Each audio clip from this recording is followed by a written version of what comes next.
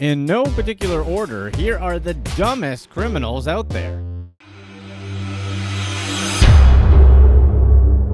Number 10. Not Facebook this time. We've covered criminals who've posted pictures to Facebook showing off things they stole. And just when we didn't think people can get dumber, there's this girl. 19-year-old Hannah Sabata from Stromsburg, Nebraska, managed to pull off a bank robbery where she stole several $1,000s. On top of that, she also stole a car earlier that day. After handing just a note to a female bank teller, Sabata made off with more than $6,000 in cash. While the police had some pretty good leads on the case thanks to video surveillance and eyewitness descriptions of the suspect, Sabata basically did their job for them when she posted a video on YouTube bragging about her crimes. Fanning herself with the stolen cash, she admitted to the robbery and detailed how she did it. The best part is she was actually wearing the exact same clothes she wore during the robbery.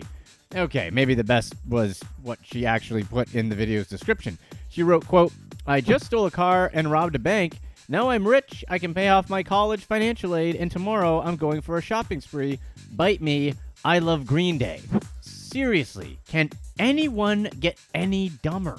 Keep watching to find out and take part in the poll. Number 9. Pull over.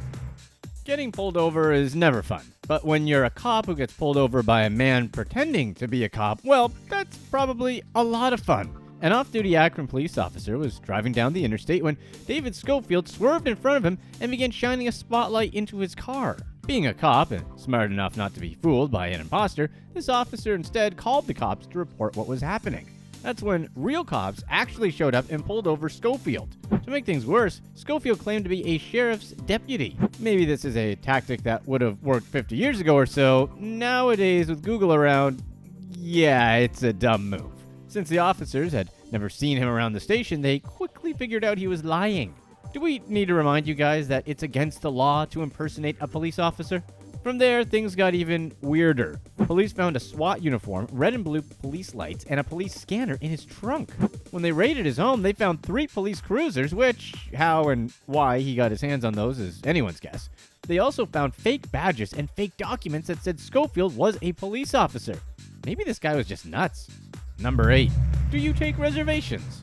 Again, we're not experts in crime here, and in no way are we advocating robbing a bank. But if we were planning a heist of some kind, we advocate the element of surprise as part of our plan. Not like these guys here. Now, we don't know if Albert Bailey was just trying to save time, or if he just expected bank tellers at a People's Bank in Fairfield, Connecticut to happily go along with his heist. But he and his partner felt comfortable enough to actually call ahead to tell the bank tellers that they were on the way to rob the bank. They wanted to make sure that the money was ready to go.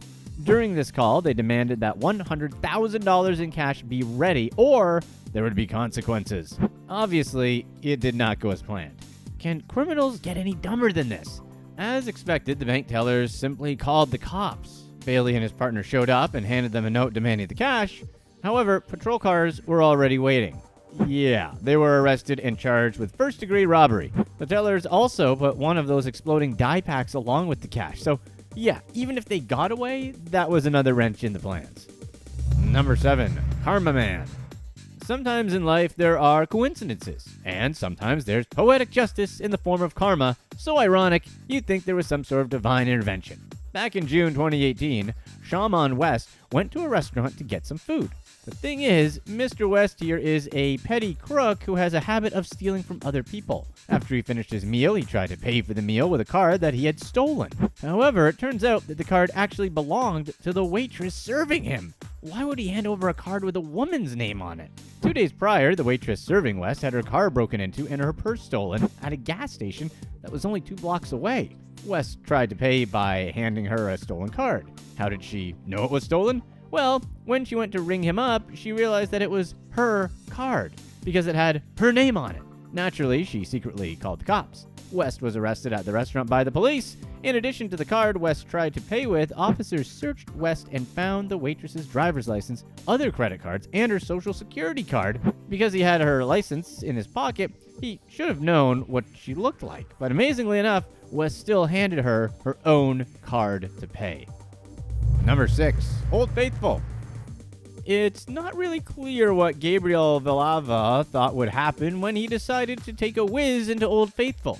Maybe he didn't know that he'd be caught on camera defiling one of our most iconic natural treasures. Maybe he never imagined his actions would lead to a wild Hollywood-style police chase. And chances are he never guessed the authorities would also find footage of him being into Barrel Spring, another geyser at Yellowstone National Park. But these things happened. In September of 2018, Villava was seen standing way too close to the boiling hot spring at Yellowstone National Park. Despite pleas from park rangers and concerned bystanders, the dude just stood there, risking his life, limb, and other body parts to pull off this weird crime of passion. The bizarre saga came to an end days later when authorities in Cheyenne, Wyoming got calls about an erratic driver. Villava was driving his car in the wrong direction and was weaving through a park and golf course. He was arrested after police were finally able to get him to stop his car. Yep, of course alcohol was involved. Villava was charged with a DUI, reckless endangerment, destruction of property, and eluding and fleeing. Oh yeah, and aggravated assault. Not too bad for an afternoon's worth of work. Number 5. Free AIRBNB. Not that we encourage burglary. In fact, you should never do that. But here's a helpful hint. If you do break into a house, bank, or whatever, do yourself a favor and get in and out. Don't do what Tyler Love did, which is still kind of hard for us to believe. Love broke into the home of Mary Royster, an elderly woman living in rural Alabama. But rather than just loot the house of jewelry, electronic goods, or any other valuables, he just basically stayed. He broke in and washed his clothes, took a shower, shaved, and even clipped his toenails. Afterwards, he made some scrambled eggs and a sandwich. Specifically a ham, egg, and cheese with onions. This guy sounds like he really thought it was his own house. Then Mary came home. We're not sure how the exact dialogue went, but in a nutshell, she probably asked, "What are you doing?" This dude had the audacity to casually say that he was waiting on his clothes to dry. Then, as if this weren't weird enough, he claimed to be her grandson. Maybe he was counting on her being senile, but she was not. She actually gave him the option to leave, but since he didn't, she called the cops. He was arrested and could be looking at a lengthy jail sentence. There's probably a deep psychological reason as to why someone would break into a house and do the things they could have just done at home or at a friend's house, but I'm scared to go there. Number 4. Day still counts. Back in 2013, James Blankenship was arrested for breaking into his mom's home against her will. Ordinarily, this misdemeanor would seem more like the kind of thing that would be solved with some family counseling. But this case proved us with some insight into the depth of some criminal stupidity. James had not been welcome in his mom's house for approximately 3 months, nor did he have any of his things at her place. After his mom caught him breaking into her home, he fled the scene. The cops were called, and he was eventually found hiding in a crawl space. His first line of legal defense was to argue that he could only be charged for a burglary at nighttime. Let that sink in for a second. The reason why he broke into his mom's house was because it was during the daytime. He told officers he thought that he could not be arrested for burglary because it was during the day. Yeah, it's obvious this guy did not go to law school, but we're sure plenty of people who didn't go either know that breaking and entering is a crime, regardless of when it occurs. How do these guys exist? Number 3, evil twin. As far as legal defenses go, posing as your own legally blind twin isn't the worst idea. It's in no way a good idea, as you'll see in just a moment. But worse ideas have been employed, where it might be a good SNL sketch, impersonating someone who doesn't exist in a court of law can backfire on you. Olawale Ogoro was supposed to appear in a New Jersey court to pay off some traffic tickets.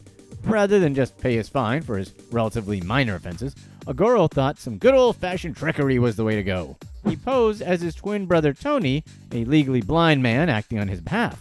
Obviously, the problem is his brother did not exist. Tony was asked for a new court date. Maybe it was to buy some more time to pay off the tickets. It didn't work. The cop who pulled him over was in the courtroom and was suspicious. His hunch was proven correct when he decided to follow Tony. He watched a helpful citizen give Tony a ride home, but the officer saw Tony take over the driving when his car was a block away. The officer pulled Ogoro over and issued him 3 more traffic tickets as well as impounded his car. Ogoro was forced to admit that he wasn't blind so that he could get his car. Even after that incident, Ogoro tried to appear as Tony again in court. Eventually, the authorities figured out there was no twin brother and charged Olawale with hindering apprehension, providing false witness, and resisting arrest. We're still wondering how he was planning to add his fake twin brother's records to the court. Number 2. A woman and her chair. Throwing a chair off a high-rise balcony may not seem like a crime. Then again, it also doesn't seem like it shouldn't be a crime either. But when a video of Marcela Zoya tossing a chair off the balcony made it to Snapchat, she was, in fact, charged with a crime. Seriously, how dumb is someone to record themselves doing something extremely dangerous? Also, why is it cool at all to throw a chair off the balcony? We think most people would agree hurling objects off a balcony to a street below is not a generational thing. It's just flat out stupid and dangerous and pointless. Thankfully, she was arrested and charged with mischief endangering life, mischief damaging property under $5,000, and common nuisance. Which, let me pause at the common nuisance thing. Who knew being a common nuisance was a crime? If that's a crime, we know a lot of people who should be charged. She was released on $2,000 bail and she apologized via her lawyer. Interestingly enough, the condo in question was an Airbnb that she was briefly renting. Yeah, she's definitely not staying there again. Who's been the dumbest criminal so far? Is it the YouTube girl or someone else? Vote in our poll. Number 1. No ride. If any of us just got released out of a police station, the last thing we'd do would be to go commit a crime on the same day right in front of the station, right? Cesar Garcia had just gotten released after getting arrested earlier in the day. He was originally arrested for drinking in public inside a grocery store in Chandler, Arizona at 10:45 in the morning. At this point, Garcia really wasn't in all that much trouble. He was issued a citation and was released. Apparently deciding that he hadn't made enough mistakes for one day, he decided to steal an ambulance that happened to be parked outside the Chandler police station. One thing that's obvious is that he did not want to walk home. He jacked the ambulance and drove back to his house. Hilariously enough, the police saw what happened and followed him back to his house and arrested him before he even got inside. He then decided to get into a fight with the cops and ended up in the hospital. Garcia was charged with theft of transportation, unlawful flight from law enforcement, resisting arrest, criminal damage, and aggravated DUI. Here's what's next.